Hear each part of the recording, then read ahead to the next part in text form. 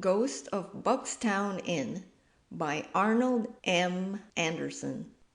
Several travel-worn drummers sat in the lobby exchanging yarns.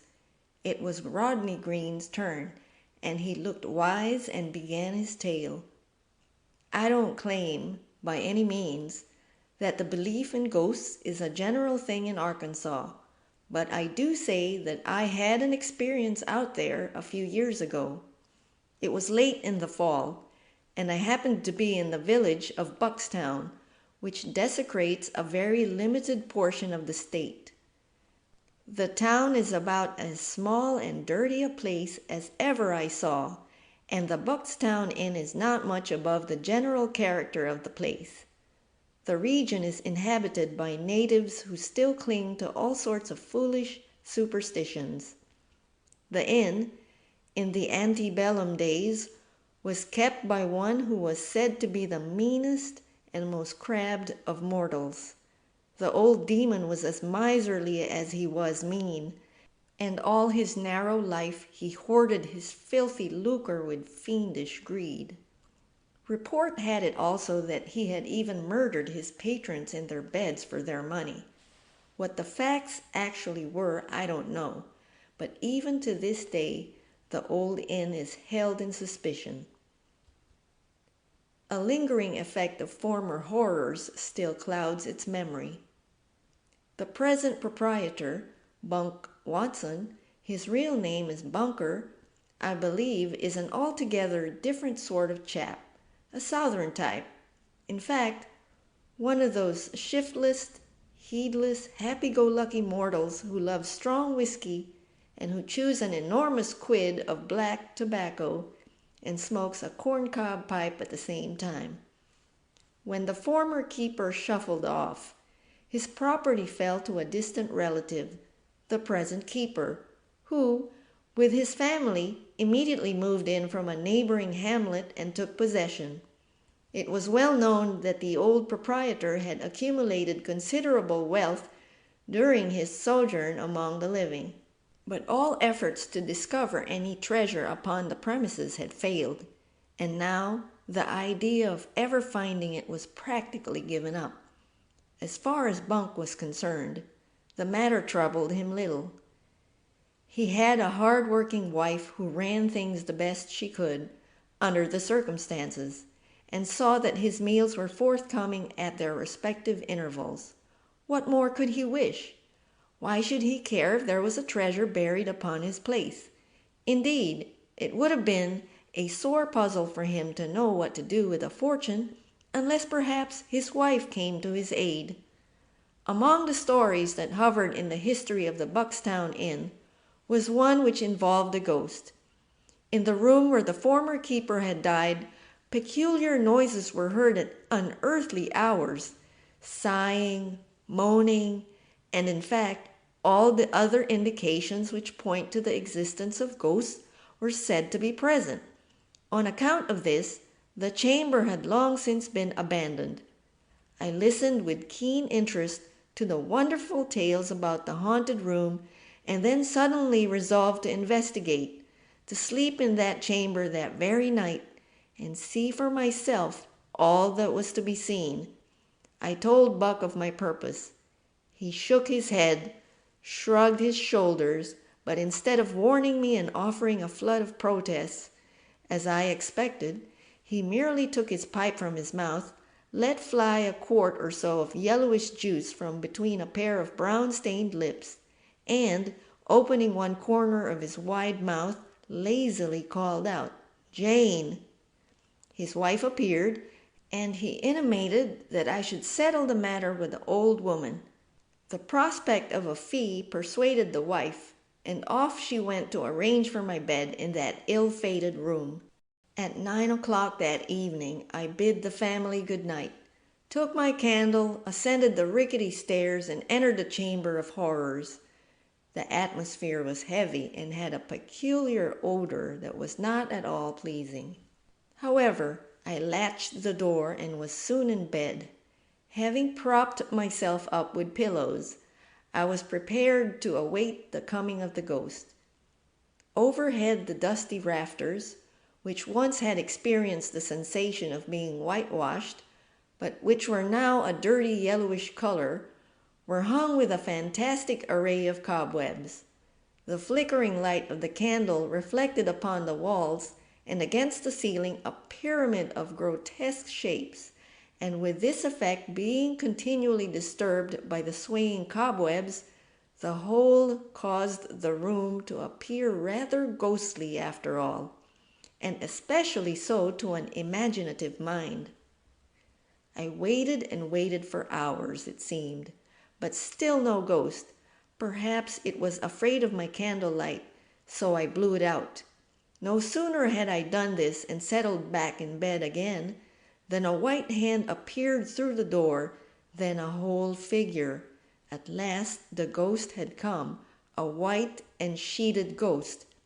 It had come right through the door, although it was locked, and now it advanced toward the bed. Raising its long white arm, it pointed a bony finger at me and then commanded, "Come with me." Thereupon it turned to the door, while instantly I jumped out of bed to follow. Some unseen power compelled me to obey. The door flew open and the ghost led me down the stairs, through long halls into the cellar, through mysterious underground corridors, upstairs again, in and out rooms which I never dreamed were to be found in that old rambling inn. Finally, through a small door in the rear, we left the house. I was in my sleeping garments, but no matter, I had to follow. The white form, with a slow and measured tread and as silent as death, led the way into the orchard. There, under a tree at the farther end, it pointed to the ground, and in the same ghostly tones before used, said, "Here you will find a great treasure buried." The ghost then disappeared, and I saw it no more. I stood dazed and trembling. Upon recovering my wits, I started to dig, but the chill of the night air and the scantiness of my night robes made such labor impracticable. So I decided to leave some mark to identify the place and come around again at daybreak. I reached up and broke off a limb. Overcome with my night's exertions, I slept the next morning until a loud rapping on my door and a croaking voice warned me that it was noon. I had intended to leave Buckstown in that day, but prompted by curiosity and anxious to investigate, I unpacked my gripsack for a comfortable stay. You must understand that this was my first experience with a ghost, and I feared I might never see another.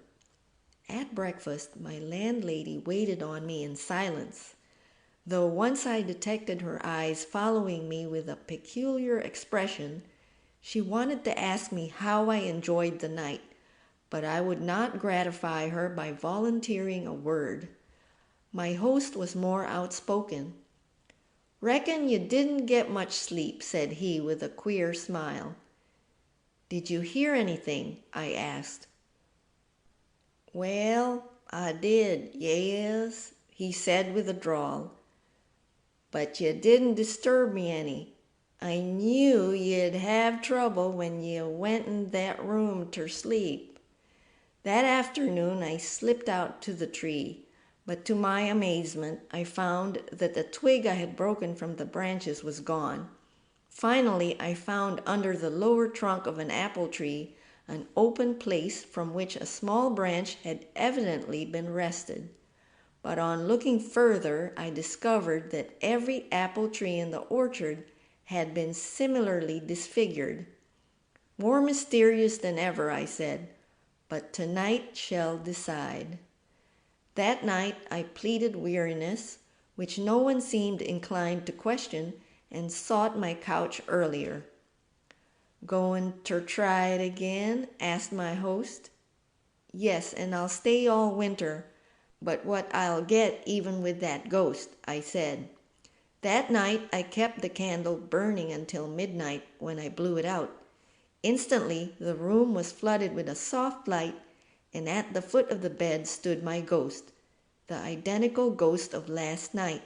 Again the bony finger beckoned, and a sepulchral voice whispered, "Follow me."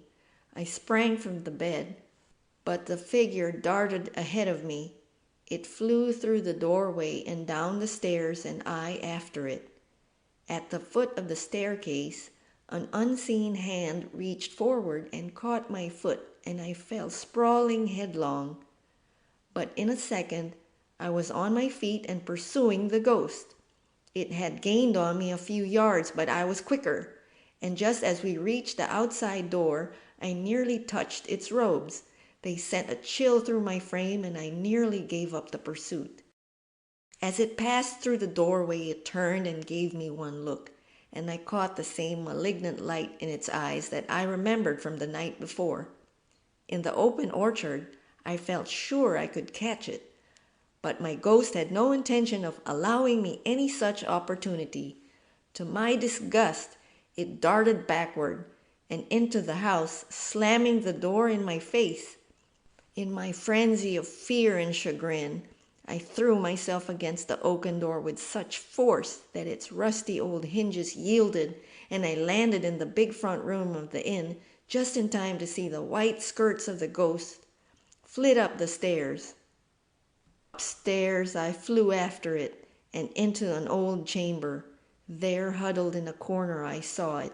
In the minute's delay, it had secured a lighted candle, and as I entered, it advanced to daunt me with bony arm upraised to a great height. "Caught!"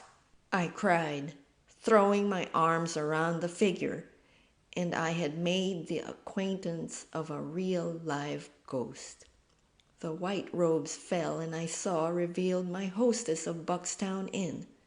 Next morning, when I threatened to call the police, she confessed to me that she masqueraded as a ghost to draw visitors to the out-of-the-way old place, and that she found its tale of being haunted highly profitable to her. End of Ghost of Buckstown Inn.